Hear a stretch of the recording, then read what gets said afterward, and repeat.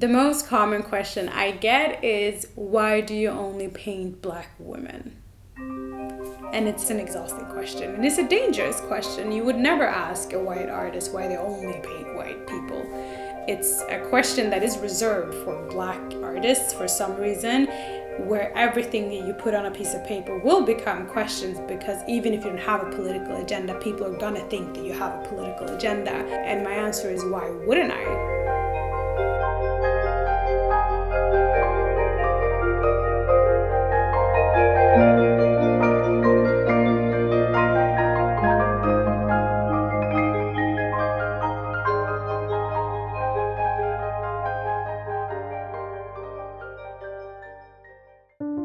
My name is Hadil Mohamed. I am a graphic designer and an artist.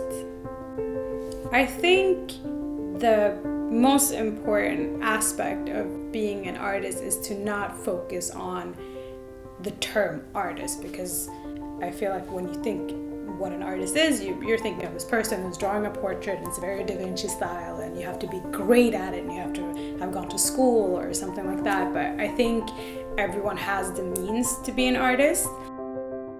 This piece is called Black Attack, Attack on Black.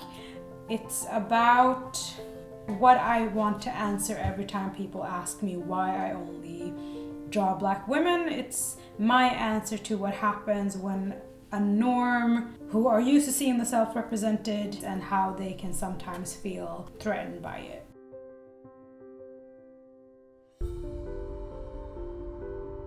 If you guys haven't seen the new Heineken ad, then you really need to Google it. It got removed. It's basically a bottle of beer that travels down a bar passing a bunch of Black people until it reaches a crowd of white people, and it says, sometimes lighter is better.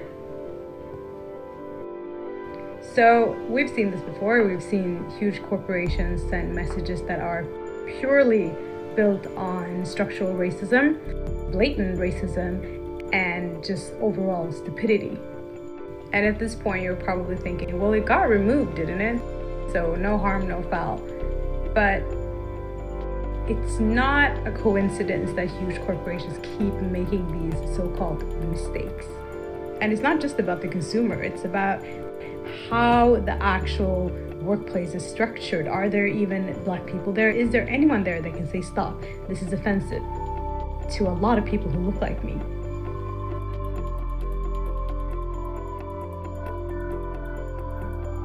The art scene is very white. So my part in that is to keep pushing through my message. But I always feel like it's hard to engage in the art scene, because for some reason my work becomes provocative, and I don't think it's provocative. Just because it features Black women, it is considered provocative. And again, I'm not just a consumer, and I'm not just some butthurt person. I actually work in this field, and I know what it takes to make this type of mistakes. It's not one person. One person doesn't approve an ad. If you have more Black people or people of color in the workplace, then you will be able to stop exploitations of Black bodies like this one.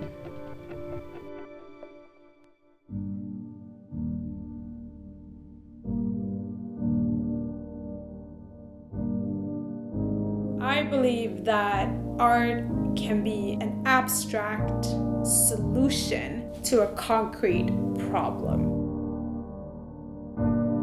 My art is a huge part of my identity. It is one of the reasons that I am the person I am today. It has helped me become the person I am today. And it has given me a purpose with my voice. I finally have a way to share a feeling of loneliness and of exclusion and of just not being enough of anything in order to be accepted. So that is the spectrum of what I'm working with. This piece is called Thunder. It's about self-love and what happens when you start loving yourself and agreeing with yourself. What happens within you and the kind of sacrifices you have to make in order to get that type of self-love to happen.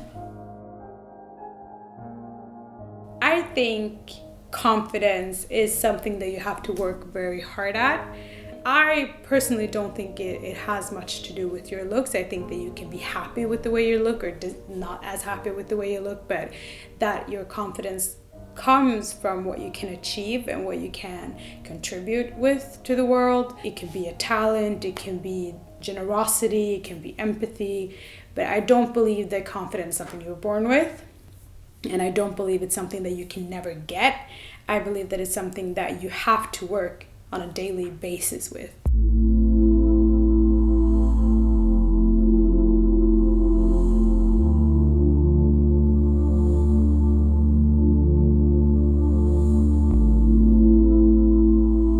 I grew up with a mother that came to Sweden when she was 32 years old without knowing the language or without knowing English and without a husband and with just me and my brother.